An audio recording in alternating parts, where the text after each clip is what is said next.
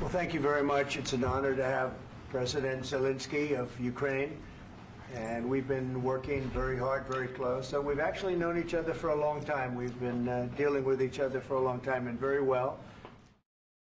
Do you disagree that you've had problems like bringing people into your military? And do you think that it's respectful to come to the Oval Office of the United States of America and attack the administration that is trying to prevent the destruction of your country?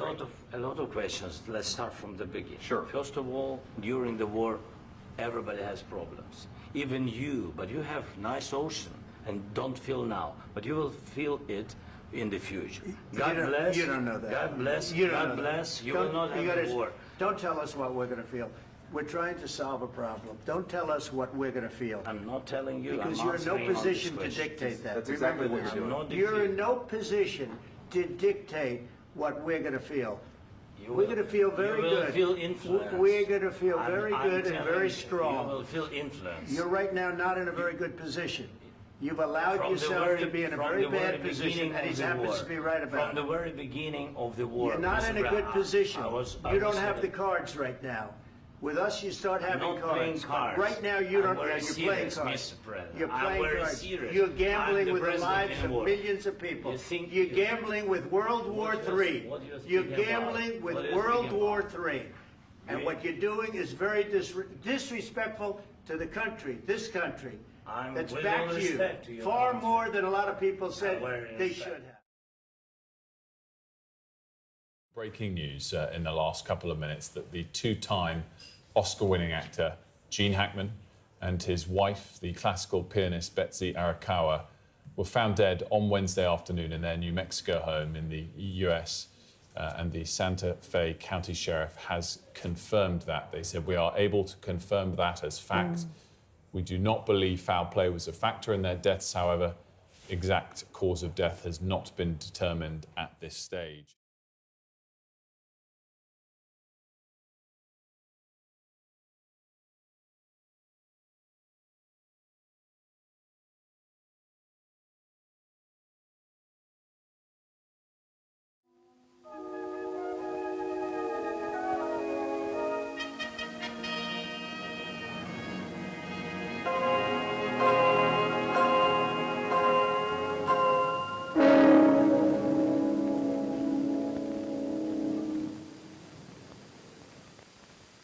Nuclear attack?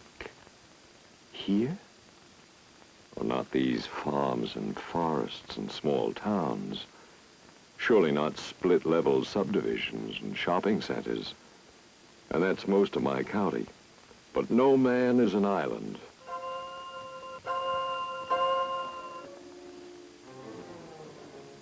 No place is completely isolated. And you have to assume that nuclear strikes on the United States, wherever they might land, would result in a widespread fallout, shifting as the wind shifts in the pattern prevailing at that time of the year, which means that just about everybody would be affected, I'd say. That man there coming out of the elevator, that's our civil defense director. The younger man meeting him, the one who looks like an expert, is an expert from the Regional Office of Civil Defense. Well, I've been asking those two for some straight answers. This is brand new, Commissioner. A thoroughly tested, completely developed program. OCD is supplementing the National Fallout Shelter Survey with the Smaller Structure Survey and the technique for evaluating fallout protection in private houses. Well, what else do you need? Where the people are, Commissioner. Not only where they live, that's no real problem, but where they work, where they play, where they go to school, where they shop. Because people living normal lives just don't stay put. Let's take an example. This courthouse itself. Right now it's crowded. Streets outside are busy. If there were an attack now, everyone could find shelter in the building. Maybe not here, but in the halls, in the basements, in the courtrooms. Am I right, Bill? Yes, Donald. That wing's built around a central core, one cylinder inside the other. There's fallout protection inherent in the architect's design. So you see, you have plenty of room, already surveyed and marked. Enough for several thousand people.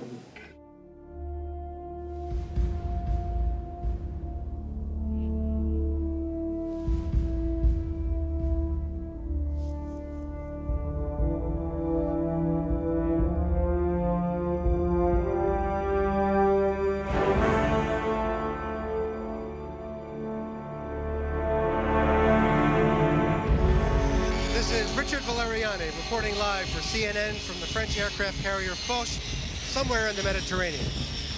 6 days ago, as the rebellion in Chechnya spread to the neighboring Caucasus republics, the Russian president ordered massive bombing strikes against rebel positions around Batum and Belokani.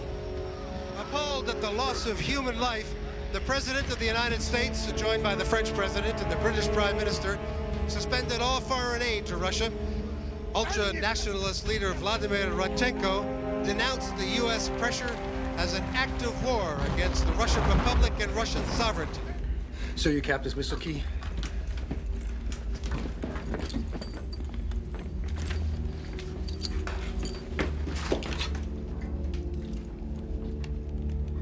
This is the captain. Set condition 1 SQ for strategic missile launch. Spin up missiles 1 through 5 and 20 through 24. The release of nuclear weapons has been authorized.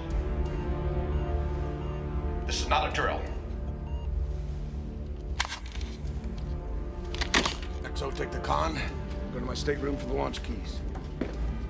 You're relieved to your position. Cobb, remove Mr. Hunter from the control room. Get Lieutenant Zimmer in here right now. No, sir. I do not concur, and I do not recognize your authority to relieve me under command under Navy regulations. Cobb, arrest this man and get him out of here! Under operating procedures governing the release of nuclear weapons, we cannot launch our missiles unless both you and I agree. Cobb, now, what are you waiting for?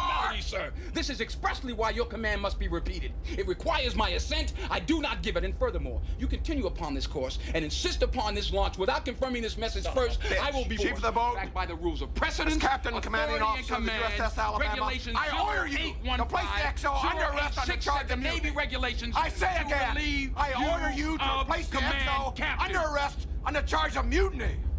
American and Soviet negotiators are said to be quite close now to an agreement pulling the world back from the brink of nuclear annihilation and ending the long Cold War. But a major problem remains. Several top Soviet and U.S. military leaders refuse to end their bitter opposition to the treaty, warning that it would mean the removal of the nuclear shield, leaving both sides vulnerable to attack. Nevertheless, the treaty is expected to be finalized today. What is this, a Zill? A Zill?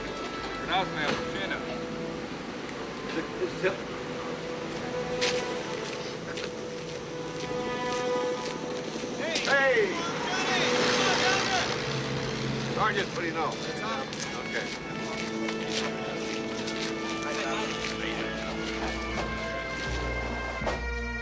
The President and the General Secretary have arrived here at the University of Chicago on the second leg of their historic journey meant to signal the end of the nuclear threat. The two leaders are placing a wreath at the memorial here on the campus near the spot where Enrico Fermi and a team of dedicated scientists first cracked the atom, opening the way not only for the use of nuclear energy for peaceful purposes, but for the creation of the horrible weapons of mass destruction that the Soviet and American treaty now aims to eliminate. Accompanying the President and his Soviet counterpart is the Secretary of State and members of the Soviet and American negotiating teams. From here, the leaders will ride together to the Hilton Hotel on the Chicago lakefront to tell a meeting of the National Governors Conference that the signing of the treaty will launch a new era of political, economic, and cultural cooperation between the superpowers and a new era of peace for the world.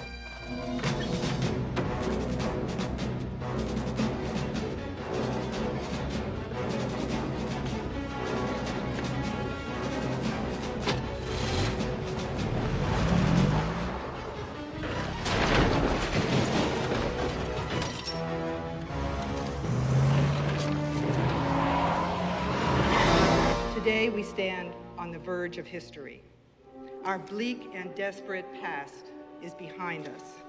What greater gift can we give to the children of the world?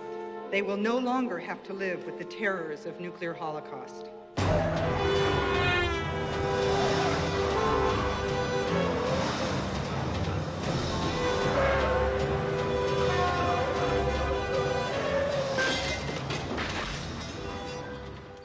This was your operation right from the very beginning, wasn't it? You killed General Carlson, the whole thing. What operation, Sergeant? I don't see that anything's happened here. What, are you working for the Russians, huh? They hire you to kill one of their own?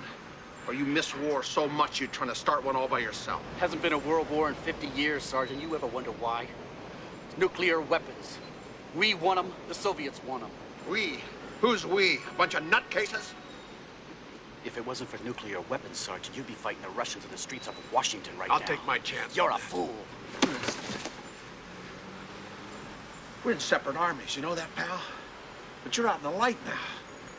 And you're gonna be scurrying for the dark. And I'm gonna see you get stepped on.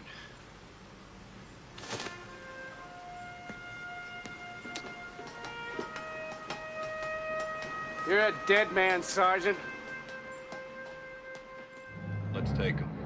Wait a minute. Maybe he'll lead us to the big man himself. Lex Luthor? You got it, Amos. We'll make captain by midnight.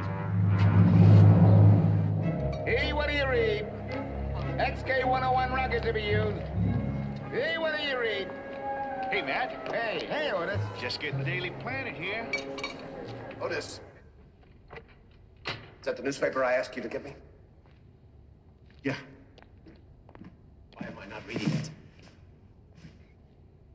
Because I haven't given it to you yet? Right.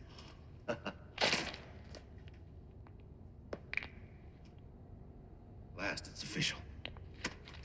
Thanks to the generous help of the United States government, we are about to be involved in the greatest real estate swindle of all time.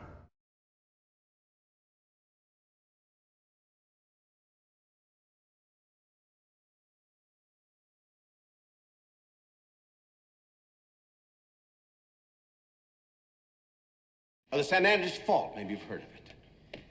Yes, it's the joining together of two landmasses. The fault line is unstable and shifting, which is why you get earthquakes in California from time to time. Wonderful. Couldn't have said it better myself. Everything west of this line is the richest, most expensive real estate in the world. San Diego, Los Angeles, San Francisco. Everything on this side of the line is just hundreds and hundreds of miles of worthless desert land, which just so happens to be owned by Lex Luthor Incorporated. Now, call me foolish, call me irresponsible. It occurs to me that a 500 megaton bomb planted at just the proper point would destroy most of California. Millions of innocent people would be killed. The West Coast, as we know it, would fall into the sea. Bye-bye, California.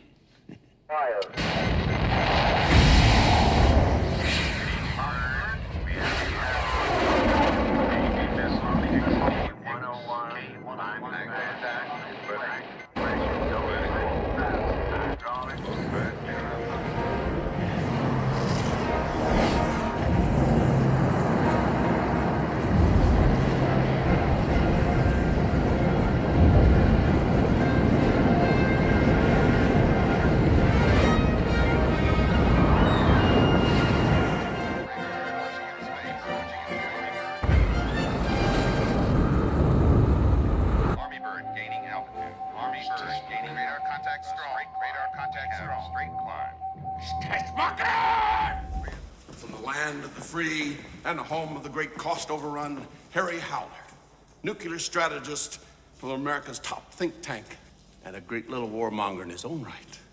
A hearty bienvenue to Jean-Pierre Dubois, nuclear warhead dealer to the world. His motto is, if you didn't buy it from Jean-Pierre, you didn't buy it on the black market. General Romoff, a lot of people think of you as the mad Russian. I like to think of you as just madly eccentric. Please, be seated. The point is this. I, Lex Luthor, the greatest criminal mind of the modern era, have discovered a way to destroy Superman. Behold, my unscrupulous friends. Shut those blinds. The sun is hurting my eyes. Exactly. You know what the sun is? It's nothing more than a huge nuclear bomb. A bomb with so much radiation in it, it could incinerate the average man like... Yes, but Superman is no average man. Ah, right. What is your plan? Boys, old Lex here is kind of a secret recipe, a genetic stew in this dish, if you will. If you'll help me put this on one of your missiles, I promise you, Superman will have the biggest surprise of his life. I'll introduce him to his first nightmare, a nuclear man. He'll pierce his skin. He'll make him mortal. He'll become sick. We'll dance on his grave.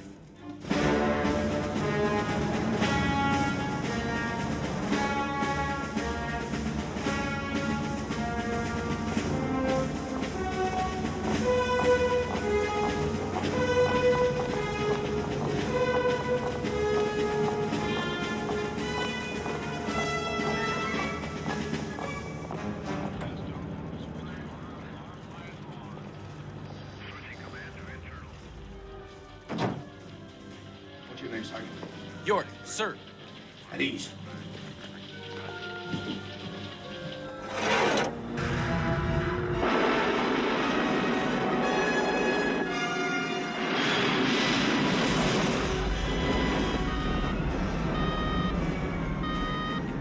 Business.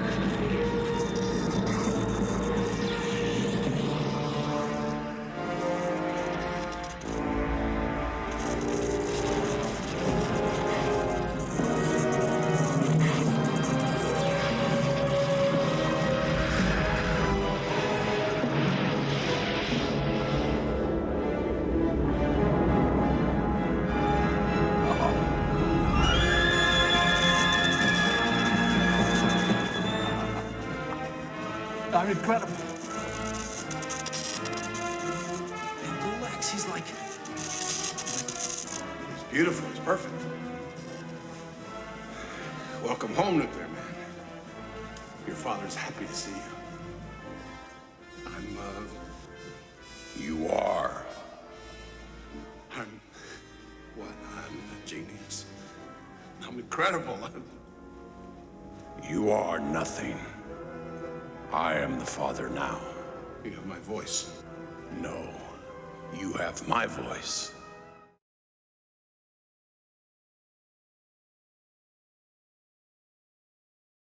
I am the father now. You have my voice. No, you have my voice. I made you, I can destroy you. Destroy. Destroy Superman now. You sweet thing. But not quite yet, no. Come here. We'll discuss when the proper time is.